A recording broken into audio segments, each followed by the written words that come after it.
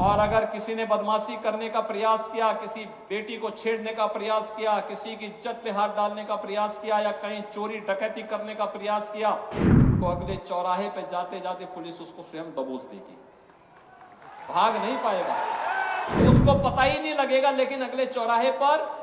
इससे पहले कि कुछ हो तब तक राम नाम सत्य है की बात सामने आ जाएगी। संत कबीर नगर जनपद में आने वाले समय में अपना मेडिकल कॉलेज हो, मैंने प्रशासन से पहले ही कह रखा है कि भाई यहां के लिए भी जमीन चिन्हित करिए, कहां यह बन सकता है। बस अड्डे के निर्माण की कार्रवाई को भी आगे बढ़ाया जा सके, जहां ये हो। अगर इतनी सब सुविधाएं देनी है तो उसके लिए सुरक्षा का माहौल चाहिए, और इसी के लिए integrated command and control centre, integrated command and control centre, जहां पे एक ही जगह से बैठ करके, एक कमरे में बैठ करके पूरे नगर और जनपद के प्रमुख स्थानों की सीसीटीवी से एक एक जगह की जानकारी वहां पर कैद होती रहेगी, रिकॉर्ड भी होती रहेगी, लोग देखेंगे भी। और अगर किसी ने बदमाशी करने का प्रयास किया, किसी बेटी को छेड़ने का प्रयास किया, किसी की इज्जत पे हाथ डालने का प्रयास किया या कहीं चोरी डकैती करने का प्रयास किया, तो अगले चौराहे पे जाते जाते पुलिस उसको स्वयं दबोच देगी, भाग नहीं पाएगा, वो भाग नहीं पाएगा। एक जगह से सब कुछ वहीं से उसको पता ही नहीं लगेगा। लेकिन अगले चौराहे पर इससे पहले कि कुछ हो तब तक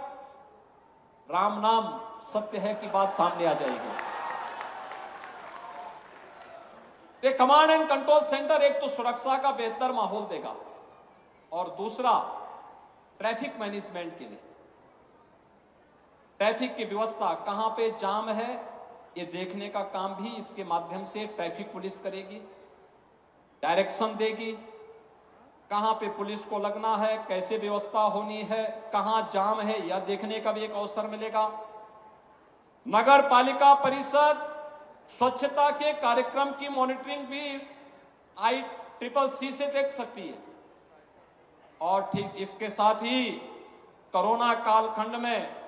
integrated command and control centre की उपयोगिता आपने देखी होगी।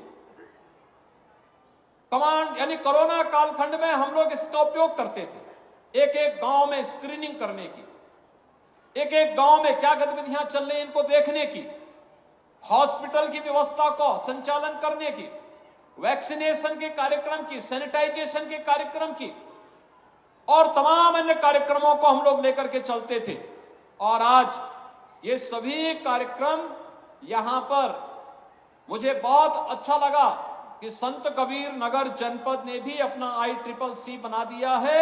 और उसको व्यवस्थित तरीके से आगे बढ़ाने के लिए कार्य किया है। मैं इसके लिए यहां के जनप्रतिनिधियों को भी धन्यवाद दूंगा कि इन्होंने अपनी निधि का उपयोग भी ICCC बनाने में किया, और उसका परिणाम है कि एक सुरक्षित